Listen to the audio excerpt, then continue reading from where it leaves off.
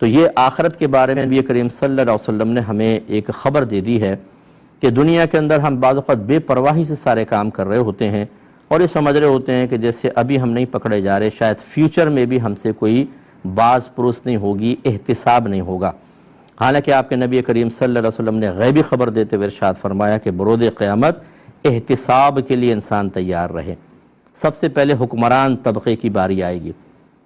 اسی لیے خلفائے راشدین حاکم بننے کے بعد انتہائی پریشانی کا شکار رہے، ڈپریشن کے شکار رہے، اس لیے نہیں کہ وہ حکومت نہیں چلا سکتے تھے۔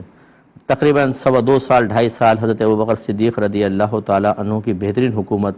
پھر 10 سال حضرت عمر فاروق رضی اللہ تعالیٰ عنہ نے پوری دنیا میں نظام عدل قائم کر دیا، اور آج برطانیہ کے قانون کو عمر لا کہا جاتا ہے کیونکہ انہوں نے اسٹڈی کی ہے خاص طور پر 10 سالہ دور حکومت کی جو حضرت عمر فاروق رضی اللہ تعالیٰ عنہ نے جس انداز سے کیا، اور انہوں نے اکثر چیزیں ان کو اپنائیں اور ان کو برکات حاصل ہوئیں۔ لیکن وہ کیوں ڈپریشن کا شکار تھے کہ ہم سے آخرت میں کوسچن ہوگا۔ حضرت عمر فاروق رضی اللہ تعالیٰ عنہ فرمایا کرتے تھے کہ نہر فرات کے کنارے کتا بھی پیاسا یہ بھوکا سو گیا تو عمر سے بروز قیامت اس کے بارے میں سوال کیا جائے گا۔ اس سے آپ اندازہ کریں کہ جو حکمران طبقہ ہوتا ہے، جس کو دیکھ کر ہم اس کے پروٹوکول کو دیکھ کر، ان کی بظاہر عزت کو دیکھ کر، ان کے غیر ملکی دوروں کو دیکھ کر رشک میں مبتلا ہوتے ہیں، تو یہ ظاہری طور پہ تو رشک ہے، لیکن حقیقتاً ایک سمجھدار آدمی جو ہے وہ تو اللہ تعالیٰ کا شکر ادا کرے گا کہ میں حکمرانی میں نہیں ہوں۔ آج کل کے دور کے جو معاملات ہیں کہ اس میں انسان چاہتے نہ چاہتے بہت سارے غیر قانونی اور بہت سارے ایسے معاملات میں مبتلا ہو جاتا ہے کہ جس کے اثرات جتنے اس کے ماتحت ہیں ان سب کو برداشت کرنے پڑتے ہیں، کسی کو کم، کسی کو زیادہ اور کسی کو بہت ہی زیادہ۔ عمومی طور پہ جو غریب طبقہ ہوتا ہے وہ پستا ہے۔ تو یہ سب بروز قیامت حکمران اس طرف کھڑا ہوگا اور اس کی رعایا کو سامنے کھڑا کیا جائے گا۔ یہاں پہ دور حکومت ہمارے جو آج کل کے قانون کے اعتبار سے 5 سال، وہ بھی کبھی پورے ہوتے ہیں کبھی نہیں ہوتے ہیں، 5 سالہ عیش، اور اس کے بعد پھر یہ کروڑوں لوگوں کا مطالبہ ہوگا، کروڑوں، جتنوں کو تکلیف اور اذیت پہنچی مس مینجمنٹ کی بنا پر یا کرپشن کی بنا پر یا اس شخص کے غلط رویوں کی بنا پر، غلط پالیسیز کی بنا پر، یہ سارے کا سارا احتساب ہے۔ اتنا خطرناک احتساب ہے، اس لیے امام اعظم ابو حنیفہ رضی اللہ تعالی عنہ نے عہدہ قضا لینے سے منع کر دیا تھا۔ قاضی بنا رہا تھا خلیفہ، اور بڑی تنخواہ ہوتی، بڑی مراعات ہوتی اس زمانے میں، منع فرما دیا۔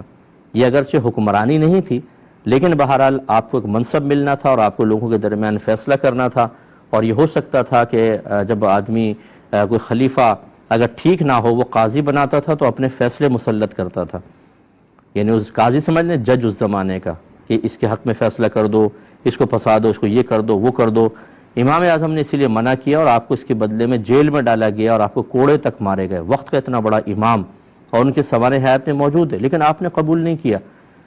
تو اب آج کے دور میں اگر کوئی کہے کہ جی میں منصب قبول نہیں کر رہا کیونکہ میں آخرت میں حساب نہیں دے سکوں گا، تو لوگ ہنسیں گے اس کے اوپر۔ ہم تو جب کیونکہ حکمران کی شان ہوتی ہے، فوجی سلام کر رہے ہوتے ہیں، پولیس والے لائن سے کھڑے ہوتے ہیں، دوڑیں لگ رہی ہوتی ہیں لوگوں کی، روڈ بلاک کر دیے جاتے ہیں، جب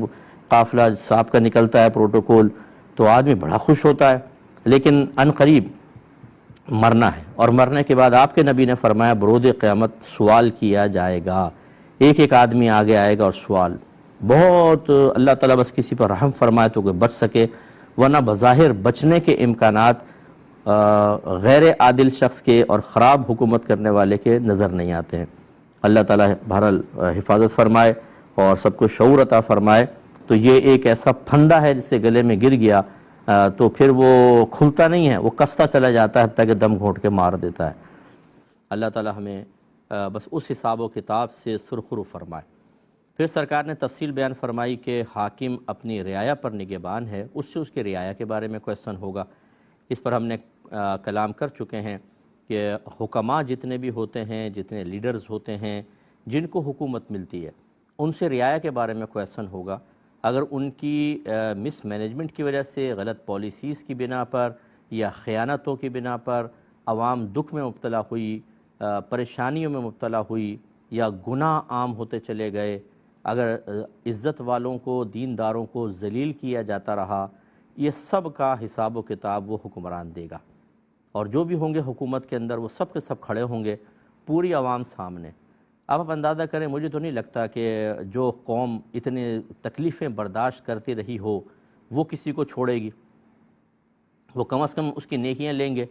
اور ایک حاکم کے لیے اپنی پوری رعایا کو نیکیاں اتنی تو اس نے نہیں کی ہوں گی کہ وہ سب کو دے دے۔ پھر ان کی برائیاں اس کے نام اعمال میں ڈالی جائیں گی، اور جس کی برائی نکل گئی وہ بری ذمہ ہو جائے گا، یہ پھنسا رہے گا۔ ایک برائی، دو برائی، 50 برائیاں، 100 برائیاں، 1000 برائیاں۔ آپ اندازہ کریں کہ جتنی برائی پھر زیادہ ہوں گی